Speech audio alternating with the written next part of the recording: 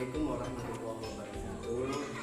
Perkenalkan, nama saya Sudendi, guru fikih Madrasah Aliyah Darul Hidayah Kabupaten Kuburaya, Kalimantan Barat. Sekaligus saya sebagai mahasiswa PPG dalam jabatan fikih tahap 2 tahun 2022 di LPTK IAIN Pontianak. Pada kesempatan kali ini saya akan melaksanakan UKIN atau uji kinerja pada tanggal 27 Oktober 2022. Dan marilah simak video kami. Terima kasih. Assalamualaikum warahmatullahi wabarakatuh.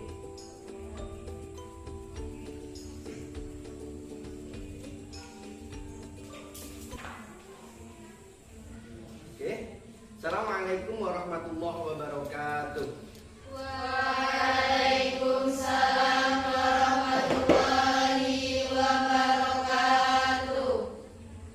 Selamat pagi adik-adik semua. Hai. Apa kabarnya hari ini? Oke. Adik-adik, seperti biasa sebelum Bapak memulai pelajaran, marilah kita sama-sama membaca istighfar dan juga membaca basmalah. Yuk mari kita mulai.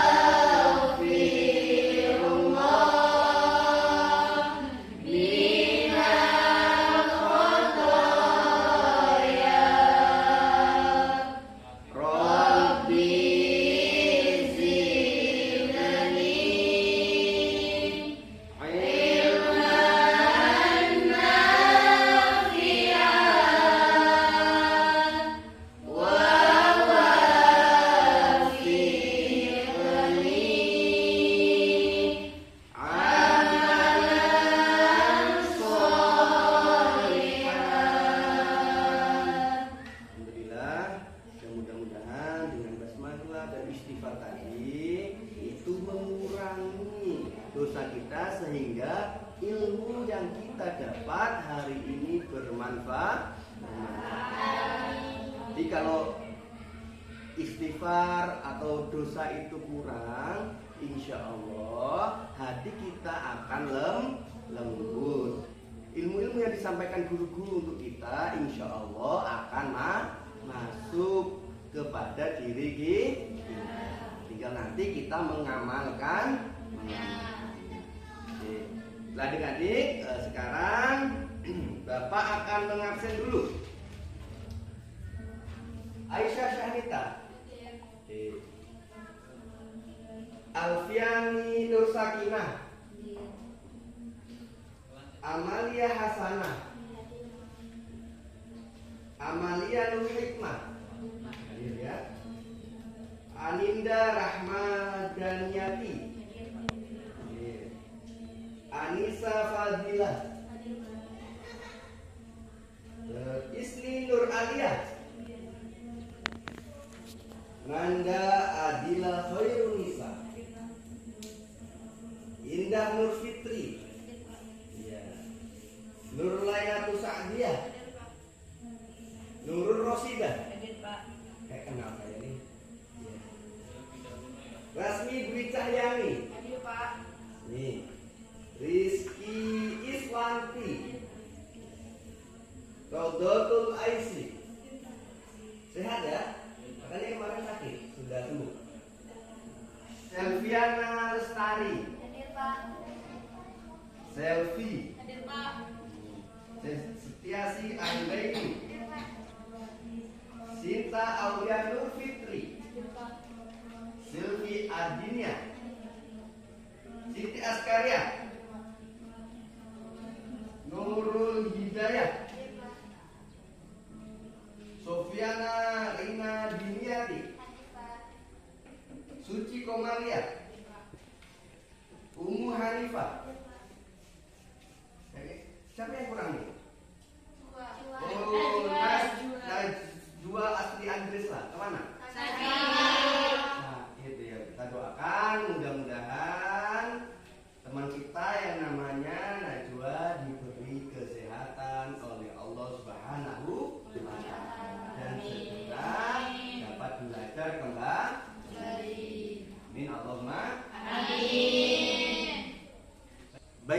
adik-adik, untuk yang piket tadi apa sudah piket?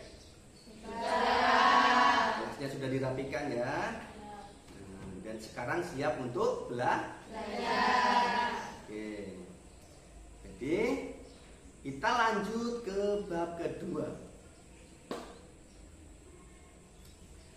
Sebelum Bapak lanjut ke bab kedua, ada yang ingat kemarin kita belajar tentang apa?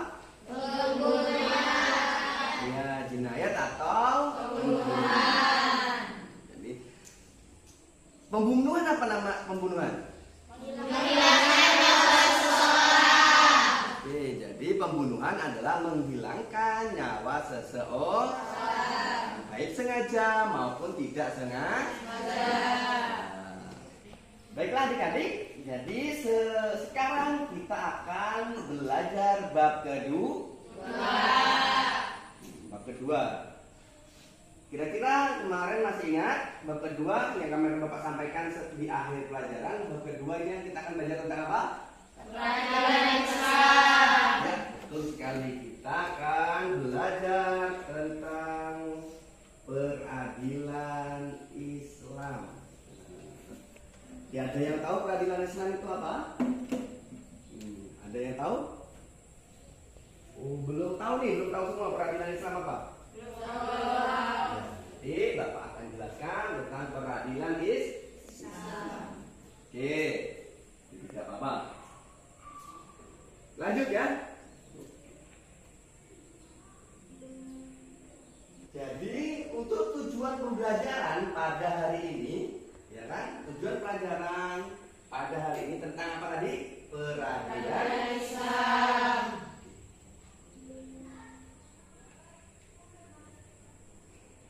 Yang pertama, adik-adik dapat dan harus bisa menganalisis pengertian peradilan Islam dengan baik dan benar.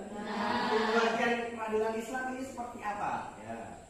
Yang kedua, melafalkan dalil landasan peradilan dengan baik. Bisa ngaji semua? Bisa baca Al-Quran semua? Bisa. Kalau sudah besar nggak bisa tarik telinga ya? Mau? Tidak. Terus menganalisis unsur-unsur peradilan Islam. Jadi nanti kita belajar tentang unsur-unsur peradilan Islam. Terus menganalisis prinsip-prinsip peradilan Islam. Dan yang terakhir menganalisis hikmah peradilan Islam dengan baik dan benar. Itu tujuan pembelajaran kita pada pagi hari ini dengan bab 2 dengan tema peradilan Islam. Oke. Kita lanjut. Jadi tugas kelompok. Jadi Bapak akan membentuk kelompok. Ya. Gimana nih membentuk kelompok nih? Atau langsung satu baris atau gimana? Tapi nggak apa-apa ya? Ya, nggak apa-apa kalau satu baris ya. Nanti nggak Pak, nanti teman saya pengen dengan kami. Tidak ya? Ya. Ini teman semua satu kelas ya? Nggak ada pandang bulu semuanya ya? Oke, baik. Oke, tugas yang kelompok 1. Untuk kelompok 1 silakan ditulis nanti tugas kalian. Ya. Jadi kelompok 1, 2, 3 dan 4. Gampang ya? Oke. Kelompok 1 silakan ditulis mencari dalil lain tentang peradilan Islam dari hadis. Dari hadis saja. Dari hadis. Ya. Untuk kelompok 2 mencari dalil lain tentang peradilan Islam dari Al-Quran atau ayat. Ya. Yang pertama dari hadis, kelompok pertama. Kalau ada sebanyak mungkin, ya. Kalau nggak dapat satu ya nggak apa-apa. Karena berenam kan kelompoknya bisa saling kerjasama. Nanti Bapak sediakan laptop ya untuk mencari di internet. Oke.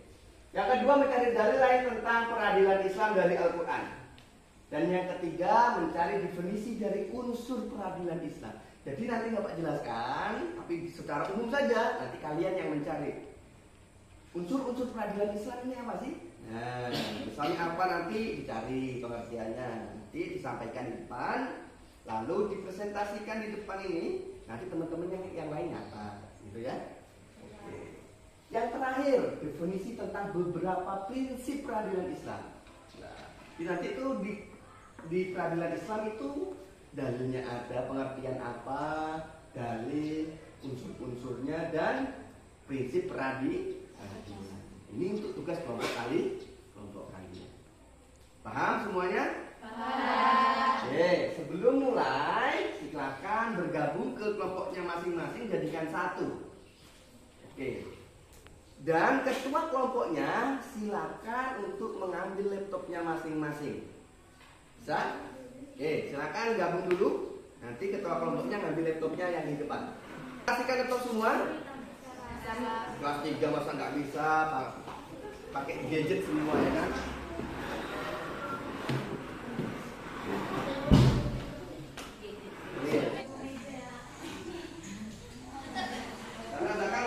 Belakang lagi. Jadi nanti agak berjauhan. Nah itu belakang sana. Bawa ini ya. Nah ini sini dengan itu, biar ini di sini ya. Nah ini. Oke sudah semua? Nah sebelum tugasnya dikerjakan, Bapak akan menjelaskan dulu. Ya silakan perhatikan di depan. Semuanya tanpa ada terkecuali. Ya silakan. Sudah semuanya sudah dicatat? Sudah. Jadi kita hari ini belajar tentang peradilan Islam. Nah, di pengertian peradilan Islam, nampak enggak yang belah sini? Jadi pengertian peradilan Islam, peradilan atau dalam bahasa Arab diungkapkan dengan kata qadha. Qadha yang berarti apa? Memutuskan, memberi keputusan, atau menyelesaikan. Ini dalam bahasa Arab. Ini dalam bahasa. Dan untuk menurut istilah, nah pasti ada yang bahasa dan istilah. Kalau bahasa itu bahasanya yang ringkas. Ya, kalau dalam artian yang ringkas. Tapi kalau menurut istilah, nah ini seperti ini.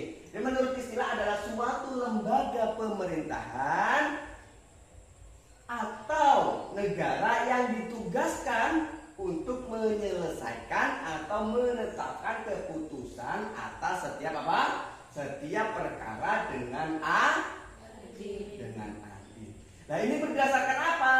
Berdasarkan hukum yang berlaku di negara tersebut. Nah, ya. Dengan demikian, kalau peradilan Islam, maka yang dijadikan dasar adalah hukum Islam. Nah, sedangkan pengadilan adalah tempat untuk apa? Mengadili suatu perkara. Dan orang yang bertugas mengadili ini disebut apa? Disebut qadhi atau hakim. Ya. Lanjut, ini sudah paham ya pengertiannya ya? Oke, untuk yang kedua, ini landasan hukum pada peradilan dalam Al-Quran. Landasan hukumnya apa? Seperti dalil. Ya, ini di dalam Al-Quran. Nah, dalil hukum peradilan Islam terdapat pada ayat pada surat Al-Maidah ayat berapa? 8. Baiklah, jadi kita baca bersama. Nampak tidak? Nampak jelas ya? Nampak jelas, kita baca bersama-sama. Bisa baca Al-Quran semua ya? Oke, kita baca a'udzu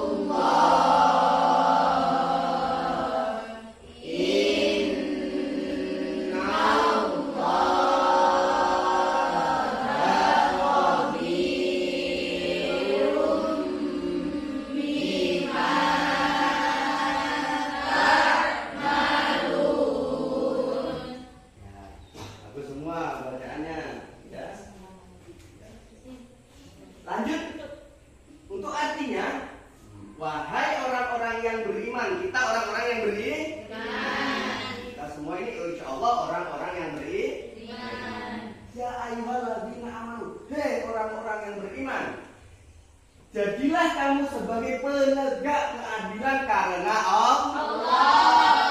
Di penegak keadilan kita harus menegakkan keadilan karena Allah. Karena Allah. Jadi semuanya yang kita lakukan karena Allah. Jangan karena cowoknya, nggak boleh. Jangan karena siapa. Pak, saya tidak sayang dengan dia, Pak. Sisanya kan, saya cinta dengan dia. Makanya apapun yang saya lakukan untuk dia karena dia.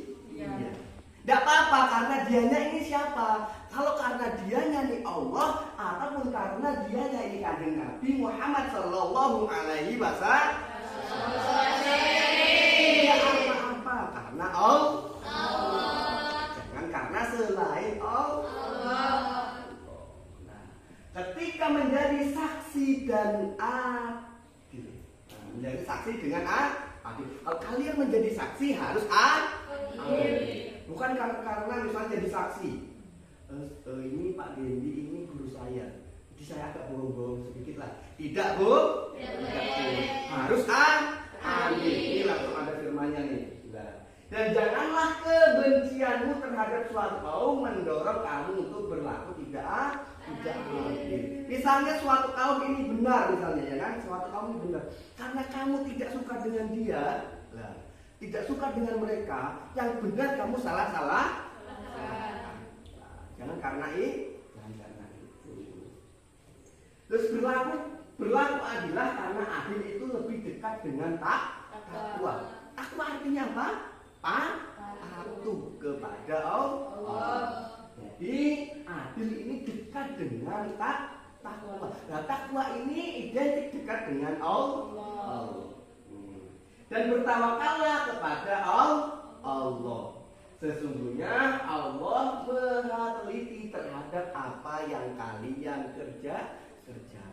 Jadi Allah itu Maha melihat, Maha mengetahui segalanya. Jadi apapun yang kita lakukan, insya Allah, bukan insya Allah, tapi Allah akan melihatnya.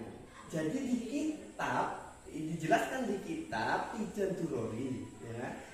Jadi sekecil apapun, di delapan apapun yang kita tidak bisa melihatnya, tapi Allah ini bisa melihatnya. Jangan kita besar-besar, debu pun Allah melihatnya. Yang kecil-kecil kasih kuman pun Allah melihatnya. Allah ini Maha teliti. Kita lanjut gak nih? Saya ceramah saja. Unsur peradilan Islam yang ketiga. Tadi yang pertama pengertian, yang kedua apa? Landasan, yang ketiga unsur. Di unsur peradilan Islam ini mempunyai 5. Mempunyai berapa? 5. Nah tuh. Nah. Yang pertama hakim. Tahu hakim? Tahu. Itu dijelaskan. Ada yang jelaskan sendiri nanti. Karena udah ditugaskan. Yang kedua hukum. Yang ketiga al-mahkum. Yang keempat al-mahkum. Dan yang terakhir adalah al-mahkum lahu. Nih unsur-unsur peradilan Islam. Nah ini tugas kelompok berapa tadi? Jadi prinsip-prinsip peradilan Islam yang keempat sekarang. Jadi yang pertama istiqlal ala qada atau kemerdekaan kehakiman. Yang kedua yakni al-musyawah amamal qada. Yang artinya apa? Kesamaan di hadapan hukum. Yang ketiga ini majannatul qada atau peradilan yang gratis. Harus gratis semua di dalam peradilan. Yang keempat, at-taqdil ala darajatain aula istinaf, yakni upaya hukum naik dan banding. Yang selanjutnya yaitu al-qada fil Islam yakumu 'alal nizam al-qadi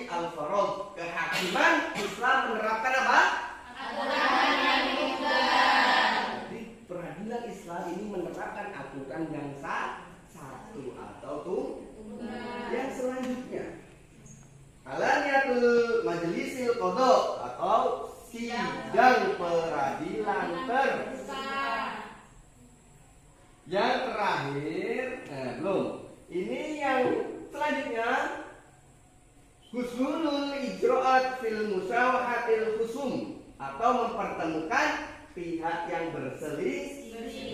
Jadi mempertemukan pihak yang berselisih, misalnya dua kubu nih dijadikan satu.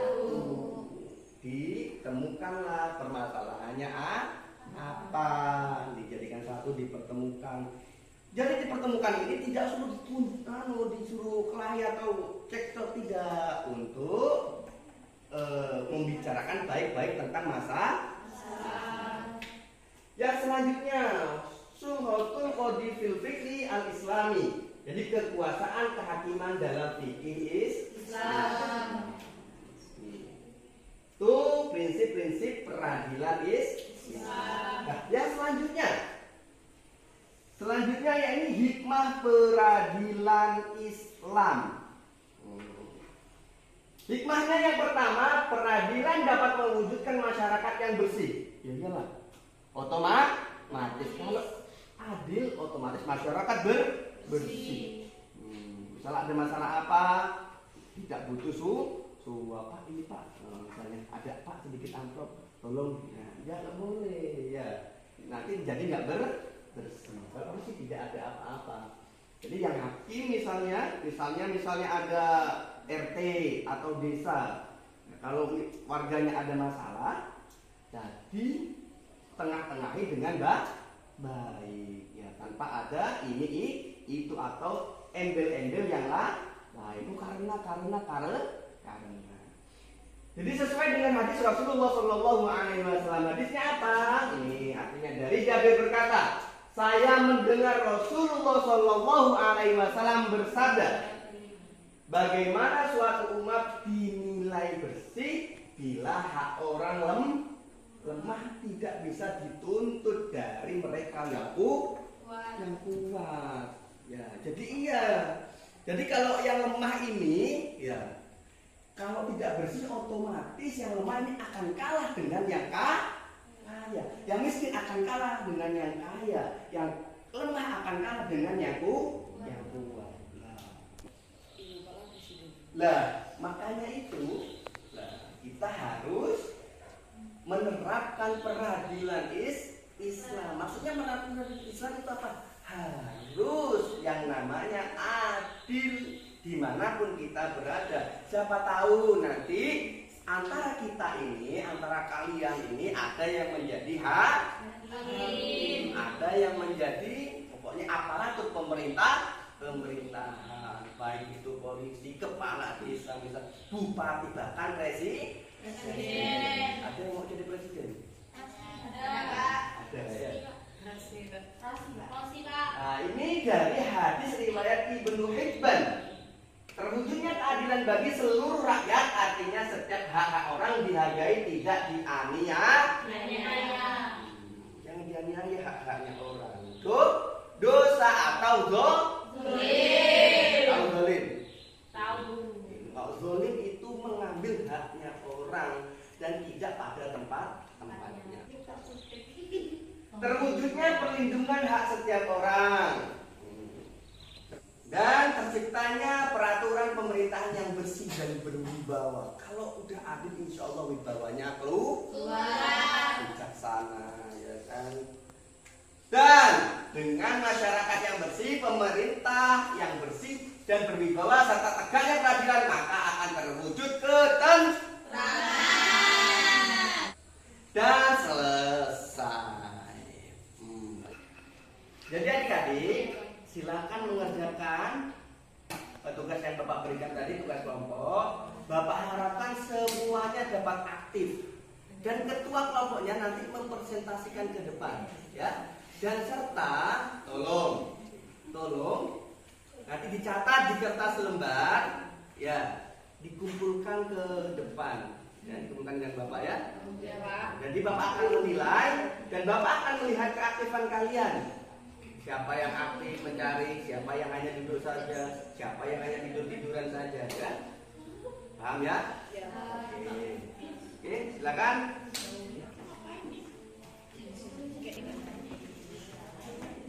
Nanti kamu ingat pindah ya. Nanti kamu juga cari-cari buku, habis itu kasih orasi jadi di sini. Sini kalau dengan aku dari sini.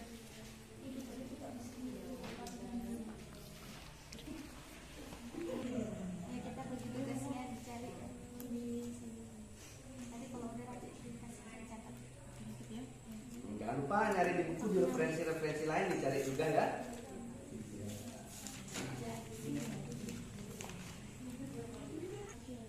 Ini kelompok berapa? Kelompok 3. Ya, ini Kelompok 3 tugasnya. kan kita kan unsur-unsur pelajaran sama banyak tuh dibagi. Ada yang cari kodi, ada yang cari mahkum alaih dan lain sebagainya tuh cari di buku, cari di internet juga. Jangan lupa dicatat, jadi catatannya juga sekalian.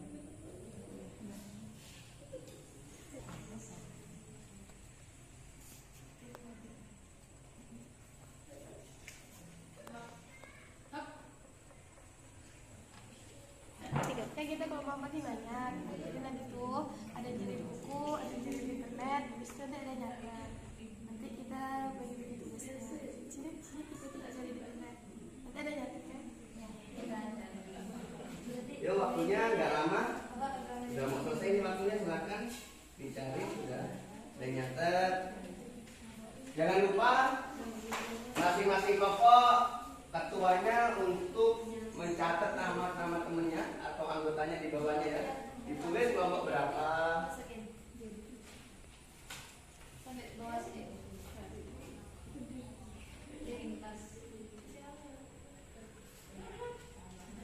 Ya, itu.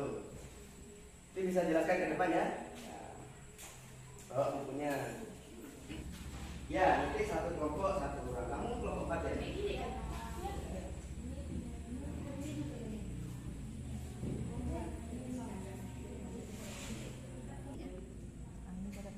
Ini ada hakim, ada mahkum li, mahkum alaih, mahkum baru. Sampai bawah gini. Oh, baru hukumnya enggak usah. Sampai 5 jam. Sampai 5.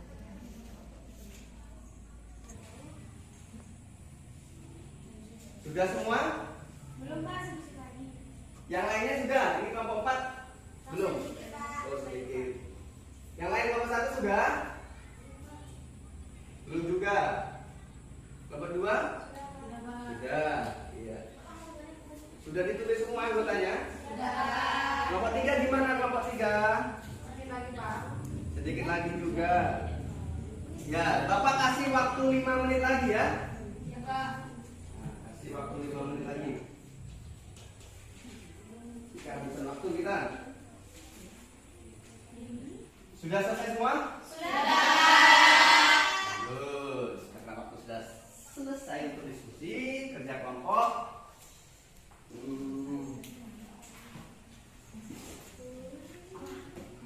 Siapa kelompok siapa yang maju duluan? Saya kelompok 1. Kelompok 1 atau dari kelompok 4 dulu? Kelompok 1 Turun ya dari kelompok 1 ya. Ya. Silakan kelompok 1 maju ke depan. Kita beri tepuk tangan nggak nih? Satu saja. Sudah ditulis kelompoknya di bawah anggotanya? Sudah. Oke. Assalamualaikum warahmatullahi wabarakatuh. Waalaikumsalam warahmatullahi wabarakatuh. Saya Amalia Prima, perwakilan dari kelompok 1 akan membacakan tugas yang Bapak berikan kepada kelompok kami, yaitu mencari dalil lain tentang peradilan Islam dari hadis. An Burairah radhiyallahu anhu qala qala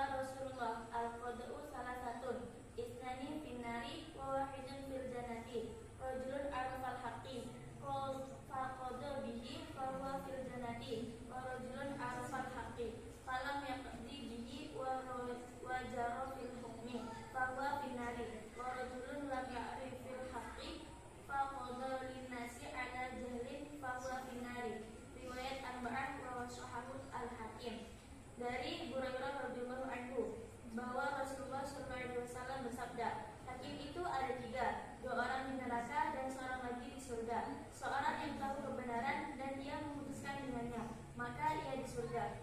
Seorang yang tahu kebenaran namun ia tidak memutuskan dengannya, maka ia di neraka. Dan orang yang tidak tahu kebenaran dan memutuskan untuk masyarakat dengan ketidaktahuan, maka ia di neraka. Riwayat Imam 4, hadis sahih menurut Hakim.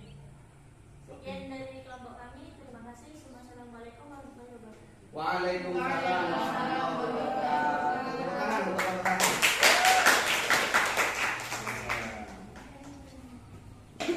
Lanjut untuk kelompok 2 sekarang. Perwakilannya silakan maju. Perwakilan atau ketua kelompoknya silakan maju.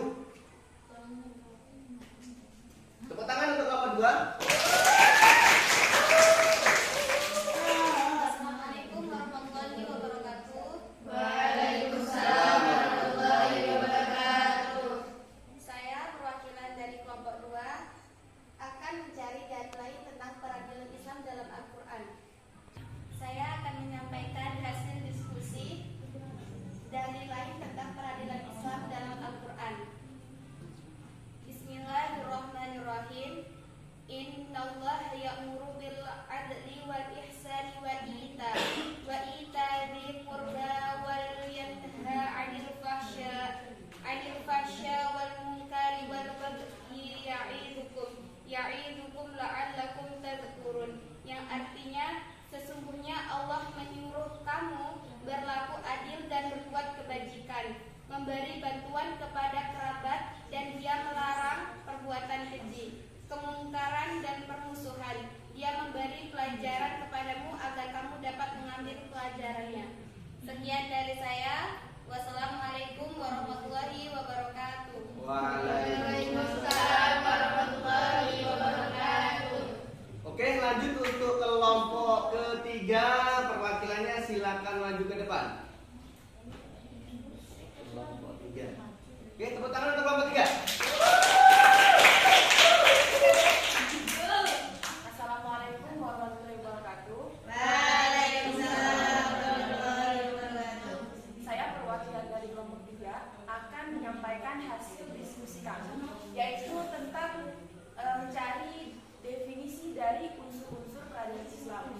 Nah, di sini unsur-unsur peradilan Islam itu ada 5, yaitu hakim, hukum, mahkum fih, mahkum alaih, dan mahkum lahu. Yang pertama hakim. Hakim ialah penjabat yang memimpin persidangan. Nah, istilah hakim sendiri itu berasal dari bahasa Arab, yaitu hakimah, yang berarti aturan, kekuasaan, dan pemerintah. Yang kedua ialah hukum. Hukum adalah kumpulan peraturan yang terdiri atas norma dan sanksi-sanksi. Yang ketiga, mahkum fih, atau sering dikenal dengan mahkum bih, atau arti dalam bahasa Indonesianya ialah objek hukum. Nah, objek hukum sendiri ialah perbuatan mukallaf atau muslim yang sudah dewasa, yang dikenai kewajiban atau perintah dan menjauhi larangan agama serta sehat akalnya. Yang keempat yaitu mahkum alaih, adalah seseorang atau pelaku atau yang melakukan hukum syar'i atau yang lebih dikenal dengan sebutan mukallaf atau subjek hukum. Yang terakhir ialah mahkum lahu, yaitu orang yang menggugat suatu hak. Dan sekian yang dapat saya sampaikan. Wassalamualaikum warahmatullahi wabarakatuh. Waalaikumsalam warahmatullahi wabarakatuh. Tepuk tangan untuk kelompok 3.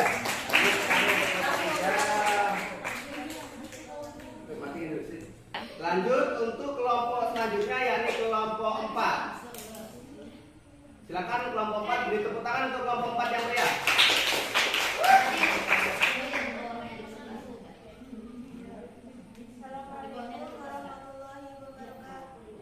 Waalaikumsalam warahmatullahi wabarakatuh. Saya perwakilan dari kelompok 4 akan menjelaskan pendiskusian kami tentang definisi tentang beberapa prinsip-prinsip peradilan Islam. Ya. Adapun definisi tentang peradilan Islam itu: 1. Istiqlal al-qada, kemerdekaan kehakiman.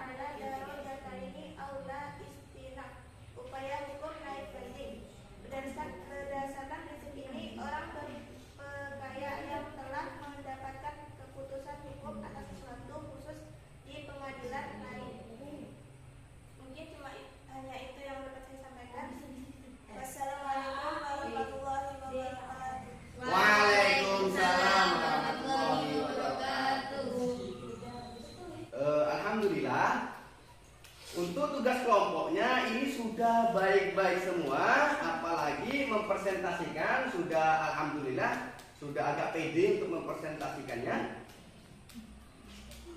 Dan kita lanjut ya, karena waktu sedikit hampir habis. Kita lanjut untuk kesimpulan. Jadi siapa yang akan menyimpulkan pada hari ini? Siapa? Silakan Alfiani Nur Sakina untuk menyimpulkan. Silakan berdiri. Kesimpulannya adalah peradilan dalam pembahasan fikih diistilahkan dengan kodo. Istilah tersebut diambil dari kata kodo yang kedua, yang memiliki arti memutuskan, menyempurnakan, dan menetapkan. Tempat untuk mengadili perkara tersebut disebut pengadilan. Orang yang bertugas mengadili perkara disebut qadi atau hakim. Iya, bagus sekali. Dalil hukum peradilan Islam terdapat pada Quran surat Al-Maidah ayat 8. Iya, terima kasih. Tepuk tangan untuk Alfi. Lanjut untuk yang selanjutnya, siapa yang akan menyimpulkan?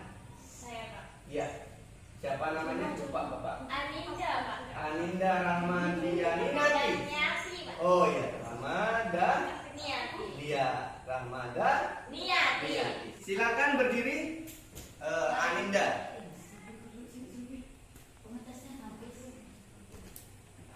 Silakan untuk kesimpulan yang selanjutnya. Peradilan Islam mempunyai 5 unsur, yakni hakim atau qadi, hukum atau qada, al-mahkum bih atau hak, al-mahkum alaih, al-mahkum lahu. Prinsip-prinsip peradilan terdapat 8. Salah satunya majaniatul qada atau peradilan gratis. Iya, terima kasih. Tepuk tangan untuk Aninda.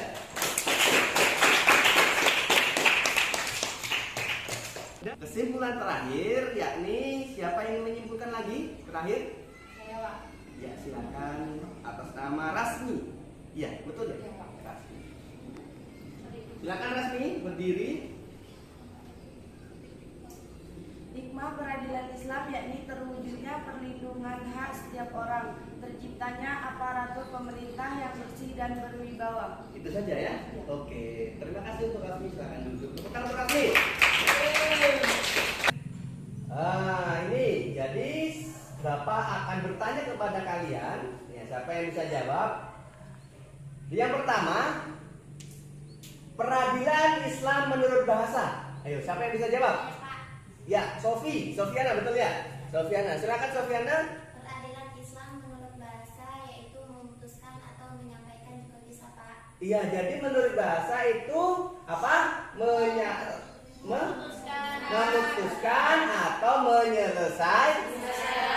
Ya, bagus Sofi. Yang kedua, ini soal yang kedua. Siapa yang bisa nih? Jadi untuk dalil landasan hukum peradilan Islam pada Quran, siapa yang bisa? Ya, silakan. Al-Maidah ayat 8. Al-Maidah ayat 8. Siapa namanya? Nur Lailatus Sa'diyah. Ya. Nur Lailatus Sa'diyah. Jadi landasannya tadi yang Bapak jelaskan itu adalah di dalam Quran surat ayat. Suratnya namanya Al-Maidah. Oke. Untuk yang ketiga, siapa nih? Jadi unsur-unsur peradilan Islam ada berapa? Saya, Pak. Iya. 2. Hakim dan hukum. Ada yang lebih? Tahu lagi? Unsur-unsurnya tadi ada berapa? 5. Tadi yang kedua, yang satu 2 apa? Hakim dan hukum. Iya, hakim dan hukum. Betul. Terus prinsip-prinsipnya. Di prinsip-prinsip peradilan salah satunya apa? Siapa? Saya, Pak. Iya, Rosi. Peradilan gratis, Pak. Peradilan gratis. Betul? Iya, peradilan gratis. Tepuk tangan untuk Rosi. Rosi terlalu gugup dia. Jadi agak-agak gimana jawabnya. Nah, padahal tahu tapi terlalu gugup. Yang kelima, hikmahnya. Siapa yang tahu hikmah peradilan Islam? Satunya A, ya. Terwujudnya perlindungan hak setiap orang. Iya, terwujudnya perlindungan hak setiap orang. Tepuk tangan. Alhamdulillah tadi sudah bisa bisa jawab semua ya, sudah paham semua ya materi kita hari ini. Materi apa? Islam. Oke, jadi jangan lupa kita tetap semangat di dalam belajar. Mudah-mudahan ada manfaatnya untuk kita dan masyarakat nantinya. Jadi untuk besok atau minggu depan kita akan belajar tentang pemberontakan, ya. Belajar tentang apa? Pemberontakan. Jangan lupa karena sudah ada buku paketnya, silakan dicari di bukunya. Pemberontakan ini apa sih? Di Bapak datang masuk kelas, ketika bertanya langsung bisa ya. Jadi kalau Bapak paham Bapak sampai sini tidak ada pertanyaan? Oke, kalau tidak ada karena waktunya sudah habis atau lewat, Bapak akhiri. Kurang lebihnya Bapak mohon maaf yang sebesar-besarnya. Akhirul kalam, wabillahi taufiq wal hidayah. Allahumma waffiq ila aqwamit thoriq. Wassalamualaikum warahmatullahi wabarakatuh.